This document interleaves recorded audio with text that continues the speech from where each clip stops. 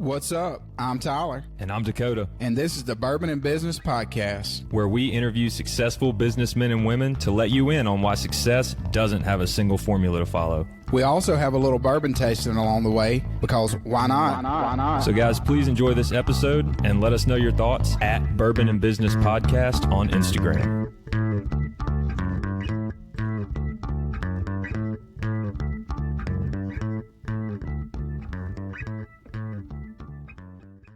Coming to you from the Bourbon and Business Studio here at the AC Hotel in Ridgeland, Mississippi. I'm Tyler. And I'm Dakota. And this is the Bourbon and Business Podcast. How you doing this morning, Dakota? I'm great, Tyler. It is 9:45 and we're drinking bourbon still. Yeah. What a way to start the morning. I love it. We want to thank our sponsor, the AC Hotel.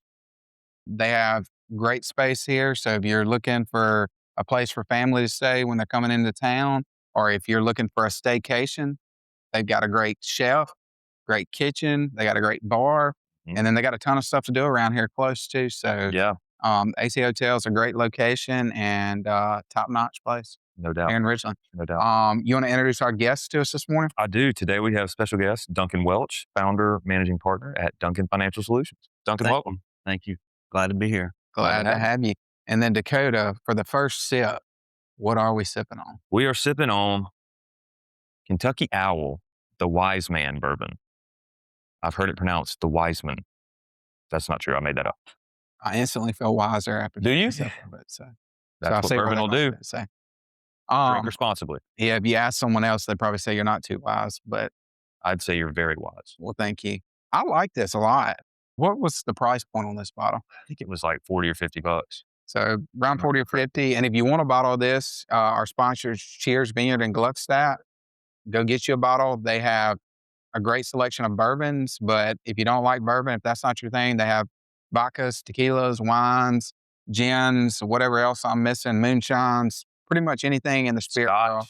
Japanese whiskey. Yeah, so I leave Scotch totally off the list anyways, but I'm going to have to go with a 9.0. Okay. So I really like it. It's got a good, we've been getting a lot of these lately. They're not real hot on the front end, but they got a good burn. I like the good burn afterwards. Mm-hmm. So I'm going to have to go proof-wise. We're probably looking at a 90 proof. So close. A 90.8. So I'm getting good. So 90.8. That's about as close as you can get. Yeah, they're being pretty particular on that 90.8. How do you come up with a 90.8? I don't know, man. It's very scientific. I'd like to see that. I think they just mixed a bunch of stuff and they were like, all right, go send it off to the lab and get it tested. So we gave a 9.0 to a 90 proof. Yeah. It's the Wiseman. Like it a lot. Yep. So if you want a bottle, go to Cheers Vineyard and Gluckstadt. And then Duncan, we appreciate you coming on this morning. Thank you. Glad to be here. We like to always start this. Just tell our listeners where you're from and then how you got to the point of founding Duncan Financial Solutions. I can't even read. Thank you. Appreciate that. I actually grew up in Laurel, Mississippi, came to Millsaps to go to medical school. And then after a year or two, decided that that wasn't the route for me. So changed to business, went straight through business, went through MBA, got out, started working. And so my story really is corporate finance for 3 multi-billion-dollar corporations, primarily in finance, strategy, and operations, leading large-scale technical projects. Mm-hmm. So over time, after 26 years in corporate America, I really wanted to take that skill and all the experience that I've had, those opportunities that I had, to create Duncan Financial Solutions and help small business owners make better business decisions over time. Yeah. Well, and I think that's a huge thing for business owners, especially small business owners. Yes. How do you make smart financial decisions? That's most business owners are not a CPA. Yeah. They don't have a finance background. They have something that they were good at. Or an idea that they had. And it just happens to be great for the market and they're highly successful. But I think the biggest stumbling block to their success is their financial decisions. And do they know their numbers? That's right. Can they make sound decisions? And that's a great point, because they got in business mainly because they found something they like to do, right? Mm-hmm. And they wanted to take a chance. A lot of times, a lot of the issues that we see is just that, where they're really good at what they do. They don't always, they don't always keep an eye on their financials or their operations. They may have a spouse is doing it, or they're not doing it at all. Mm-hmm. And so that's where we step in to say, hey, you can be more profitable over time if you do these certain things. Like if you have a bookkeeper, have somebody, a trusted financial partner Mm-hmm. that helps you walk through those important strategic decisions for your company. And so that's where we step in and help you say, all right, how's your cash flow? Are you managing that day to day? Most say no. I only have one account that I'm putting all of my stuff through, whether that's personal and business. First step would be to separate that always, Mm-hmm. have separate checking accounts for everything. The second is really looking at your numbers, looking at your cash flow trends over time, especially like a 13-week forecast that shows don't make a decision based on your bank balance now. You have to look to see what's coming up and how you can make better decisions now that are going to lead to success down the road. So it's really putting a process in place, some That's right. systems in place to help with that. And when you say process and systems, most people think, well, I don't need all that. I don't need all that infrastructure. It sounds complicated. And it's really Sounds like a not. computer or something. That's right. You can do basic things, just like a simple checklist each month end of, am I doing these things? Am I putting money aside to pay taxes? There's a lot of people, there's a lot of people that aren't even doing that on any given month or quarter basis. They're not paying their taxes. So by the end of the year, they had this huge tax bill, and they're like, they blame their Happy account. New Year. Yeah. Yeah, you're right though. And then they blame their CPA like it's their fault. And it's like, no, we talked about this. Well, Like, how long have you been living in the United States? most people aren't as proactive in their business as it relates to their finances, tax planning strategies, which can obviously help you grow long-term wealth over time. Well, and I think, you speak to a key thing, and I'm glad the listeners are hearing this, because a lot of times we talk about ideas that can make you successful and things like that, but not so much as practical things in the business. And, I think like we're talking about here, the finances, if you do not have the finances in order, the business will eventually fail, or you're going to have some major problem. And even as small things as like, hey, knowing what percentage of my revenue am I spending on payroll? What percentage of my revenue am I spending on expenses? What percentage of my revenue am I, taking as a profit? Right. And if you don't really know those numbers, then you start to make bad decisions and start to say, hey, you may hire too fast. You may invest in a piece of technology that the company couldn't do without. Can you talk a little bit about where you've seen businesses maybe want to be aggressive on hiring, but messes their numbers up, then in turn causes an issue in exactly. business? I mean, it comes down to people, process, and technology in order to scale over time. Most people just think that top line revenue, we want to scale revenue before they have the time and the systems and technology in place to really be able to handle it. Right. So if you want to make that key hire, if you want to really grow another location or a new product line or whatever, it's important to have a strategic advisor in place that can help walk you through that each step of the way. For sure. Well, let's talk a little bit about, you worked in corporate America for these large corporations. What was it like transitioning out of these massive corporations to, hey, now I'm running my own shop and I'm advising small business owners? When I first started out, I mean, you could call it, some people have midlife crisis, when you hit that 50 mark, people buy Porsches and, Lambos or whatever. Yeah. Mine was a little different in terms of inflection into what have I accomplished so far in corporate America? What do I want to accomplish over the next 10 or 15 years? Does it make sense to stay? And there's nothing wrong with being a W-2 associate that has a good 401k. That wasn't for me. When I first started out, I still worked full time and starting the business. And so that's a little tricky. Nights, weekends, lunch breaks, whatever, to try to grow that. But ultimately it's, what do I want to accomplish over the next 10 years? And what do I want to leave behind to the next generation? I want to build something for my family and children and grandchildren that you can leave behind and really make a true dent in the world, a true purpose. Well, you said one thing there that I think's really smart, and for a lot of our listeners to hear, because you hear online, you hear so many people say, hey, if you got a dream, drop everything and go after it. Well, the You got rea- to take the risk. yeah. You got to make the jump. the reality is you Take know, the loan. Take on the debt. a lot of times you're married and got kids, and they ain't signing up for that ride. That's right. Talk a little bit about you. So you kept your job in corporate America while you were getting this business started. Talk about the work that it took to get the things in place to where you could actually exit your career in corporate America. That's a great question. And it's tricky because just like you said, most people aren't risk takers, and starting a business is about the riskiest thing that you can do because you're betting on yourself, right? It's not like you're going to the casino and you're, taking the craps and shooting it down there saying put it all on black or whatever. But so it is a little tricky. It's nerve wracking having that belief, not always having the amount of capital that you need to make it. Initially, it's hard to walk away from a hugely successful career in the 6-figure range and say, look, I'm gonna bet it all on myself in terms of helping people over time. What is my impact going to be in the world and how do I want to achieve that? And so early on, when you don't have as much cash coming in, you might end up taking clients that might not be the best for you long-term fit. And that's fine because you learn from those things, even making mistakes. Like you said earlier, in terms of like putting money aside, there's a great book by Mike Michalowicz. Sorry if I butchered your name.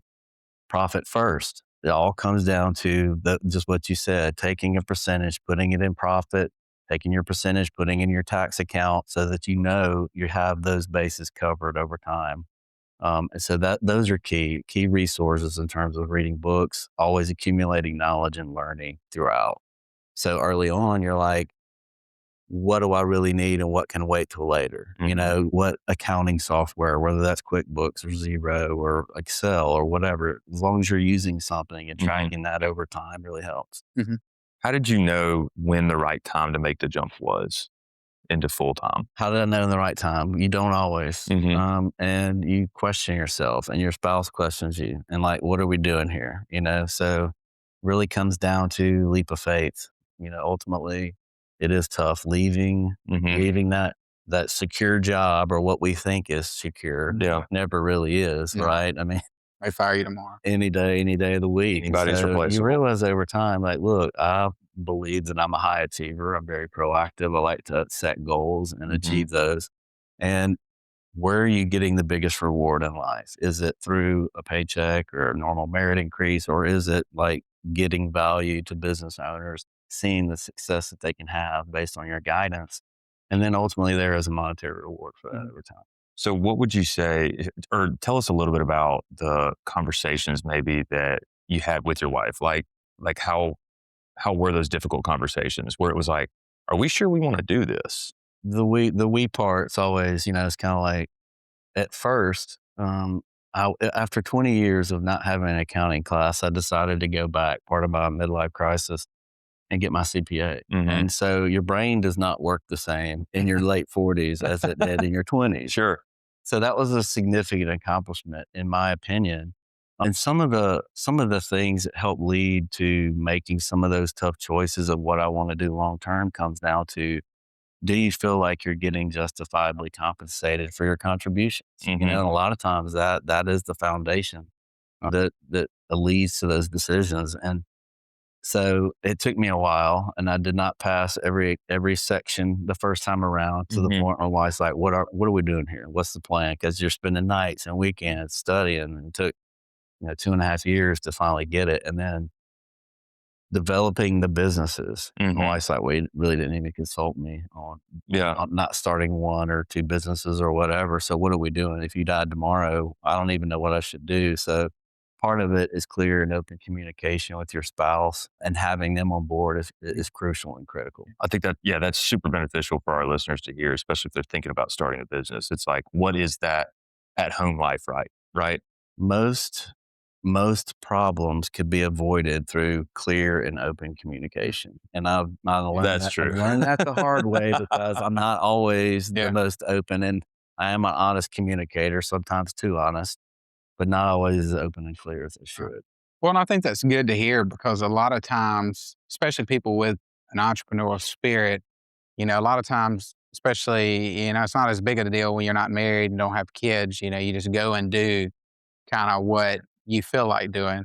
But it's hard when you get in the framework of, okay, now I have a family here, you know, Not just I me. need to ask, their opinion on my decision because it does That's affect right. their life. And I think a lot of times it's harder for people with that spirit because they're like, oh, we're going to do this just because to me, it's a great idea. Mm-hmm. But, that may not, I can- everybody may not have that feeling. That's a great point. I mean, I consider myself a calculated risk taker. Mhm. Okay. My wife is not a risk taker in any way, shape, or form. She likes the norm. She likes to know what's Consistent routine. She's a yeah. plan. She's a planner. Mhm. If we're going on vacation, she has to have everything in place.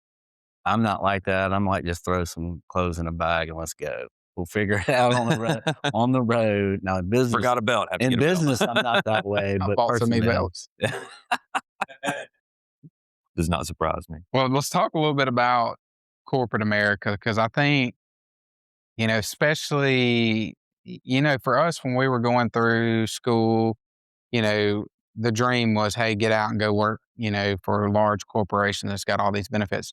That's not so much the dream now. I think kids now have more of a, hey, I want to go out and be a founder. I want to start a company. But I think that there still are some positives of when you first get out going to work in corporate America because you can see how a business is run well. that's You right. can see how things are Or not done run well. properly, Yeah. and you learn. Like you're going to learn more in those first 4 to 5 years of your career than you learned in college or anywhere else. Like that is where you really learn how to do the trade per se.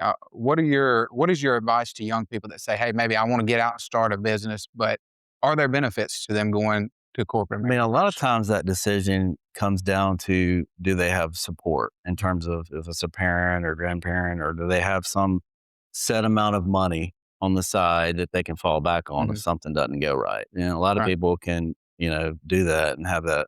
But I think it's key to get out and maybe work for larger corporations because you learn so much over time. And I can't sit here and tell you, over 26 years in corporate America for 3 different multi-billion-dollar companies, you learn a lot. You don't always make the right decisions. You make mistakes. You learn from them, and you grow as a person. You grow as an individual. You grow as a leader, and you learn a lot about finance, whether it's strategic, operations, technology.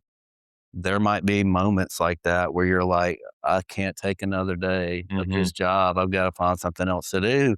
But then everything happens for a reason, in my opinion. So I had a client recently where they want to split out a company and start it and create the organizational structure, where they need in terms of technology and systems and people.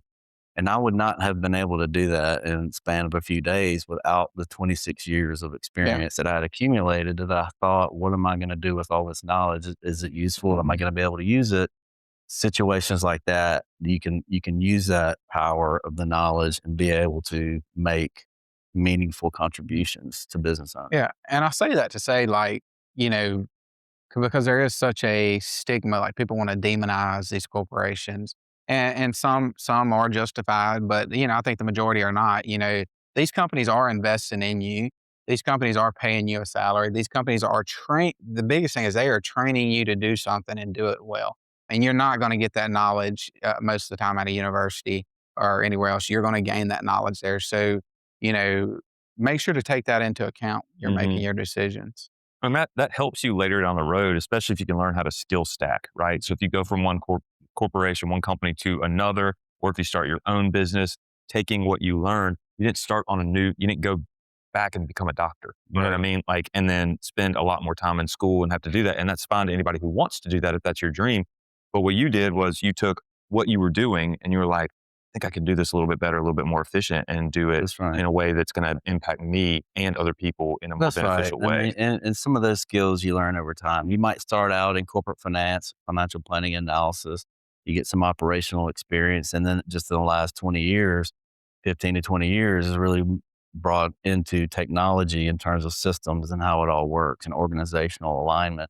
And so it's a journey, the knowledge that you accumulate and then using that to help others is great. And there's the Henry Ford example that I'm not sure is even true, but I'm sure everybody's seen it on Facebook. And it's the story about how he had a problem at the Ford plant way back in the day, and he hired an engineer to come in and look at it. And the guy spent 3 seconds looking at the machine, flipped a switch or tinkered with something, and then charged him 10 grand. And he was like, what? $10,000? Like, you were here for 5 minutes. And he said, all right, I'll send you a new bill, send him an invoice. And it was like, 5-minute tinkering, $5, knowing where to tinker, $9,995, Right. And like, that's what you're charging for, is your experience there. So getting that experience in the corporate world will help you as well charge more later in life. 'Cause Yeah, you got it. that's a great point. And I think maybe Leonardo DiCaprio too. I don't want to give him too much credit, but the same thing. People said, why are you worth $10 million on a movie when it takes you 10 minutes to shoot that? He said, well, that took a lifetime to get that skill. Yep. And that's a little bit of an absurd example, but that's true in life and in business. I mean, it takes that knowledge to be able to make those decisions and impact. Mm-hmm. Well, let's talk a little bit about, You want to do a bourbon break first, Tyler? Yeah. Since we're about at the halfway point here. Wiseman, the wise man. The wise man. Very good burn. I thought it was a nice sweet flavor on the nose, just right off the bat. Like, it kind of hits you and it's like, ooh, that's nice. And then it has that afterburn, like you were talking about, which gives you that bourbon flavor.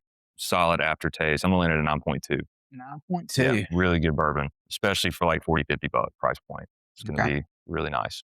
Back to the podcast. Back to the podcast. So tell our listeners a little bit. So in 2026, obviously there are a lot of challenges. I mean, interest rates are up compared to what we've seen in the past decade, but not over the past 30 years, not so much. But of course, that affects businesses, that affects their power that their money has. What issues are we seeing with businesses in 2026 in the environment that we're in?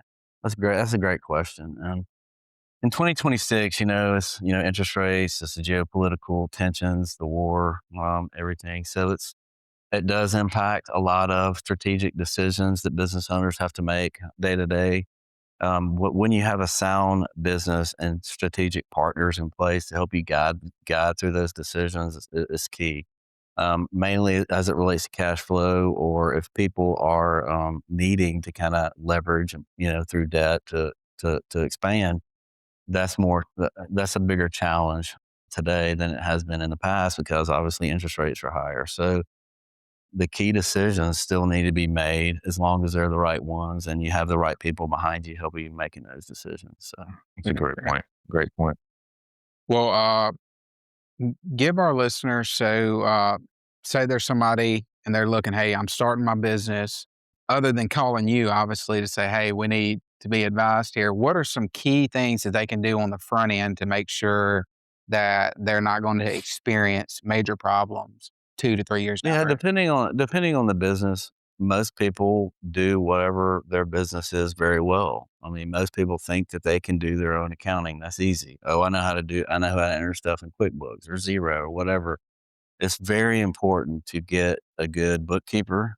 Originally, in my opinion, from the very beginning, get your book straight from the start, separate accounts, personal versus business, and really have those advisors. It doesn't have to be a fractional CFO at first, but I would highly recommend that you get a good bookkeeper to get your books set up properly over time. What have you seen as far as technology is concerned and implementing that and the investment that takes? Because we've seen these major companies come out and say, hey, we're laying off half of our workforce and replacing them with AI agents.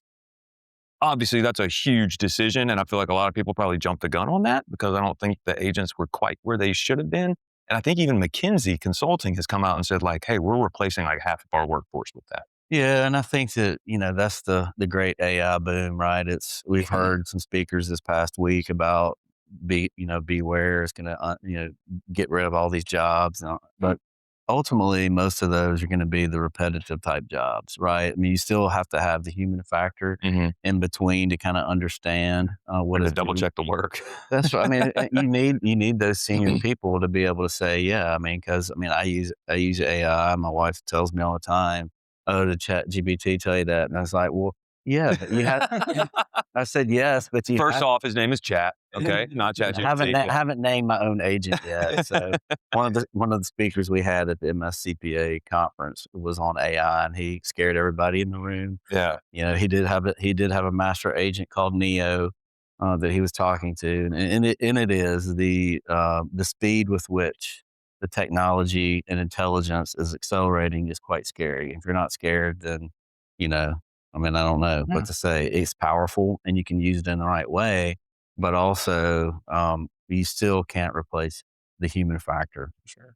Well, and it's funny you said that. I actually created a Excel spreadsheet a couple of days ago, and I didn't create it. I put it in ChatGPT. I told it what I wanted, and it spits it out. And I was showing it to my wife, and she's like, "Wow!" She's like, "You did that?" And I was like, "Yeah."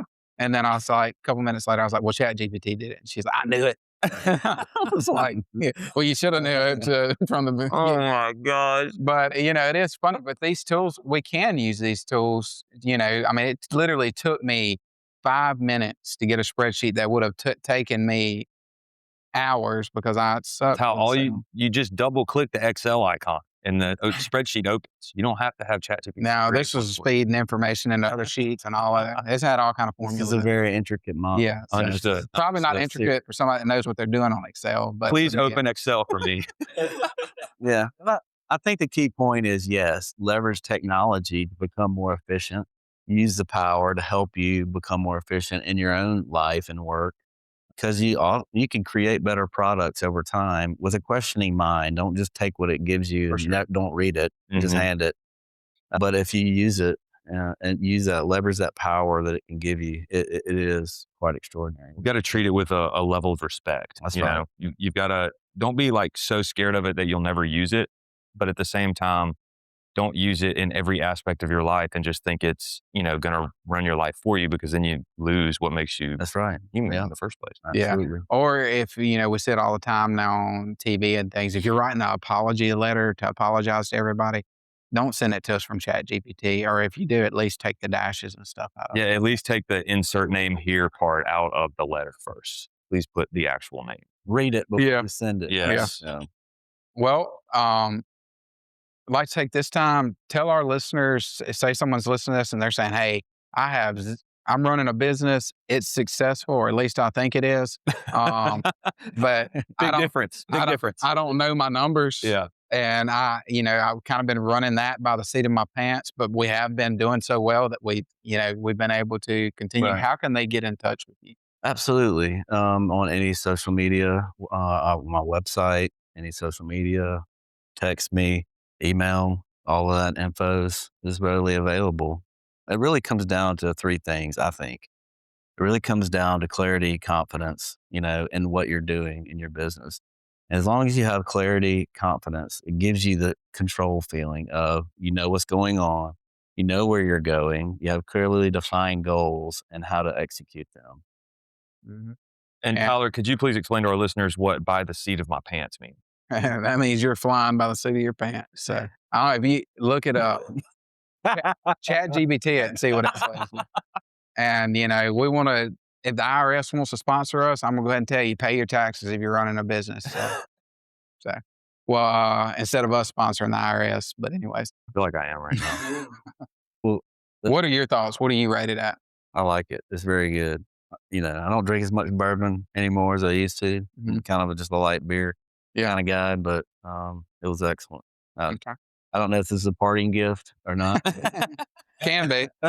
Or maybe I'd owe you one. You miss 100% of the shots you don't take. So that's another thing you learn from this. We're going to land at a 9.1 for the Kentucky Owl, the Wiseman. And to all our listeners, however you stream this podcast, if you would give us a rating and follow us on social media, and actually, if you would subscribe however you stream this, that'd be a great help to us as well. And we will. If you want to donate money, there's no link to do that, but we'd appreciate just the offer of it. Yeah, we're like the IRS. We'll take it. And we'll see you next week. Hope you guys enjoyed this episode.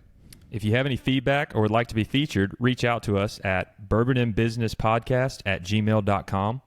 Or find us on Instagram at Bourbon and Business Podcast. Thanks again for listening. Follow us for more content and info on the next episode.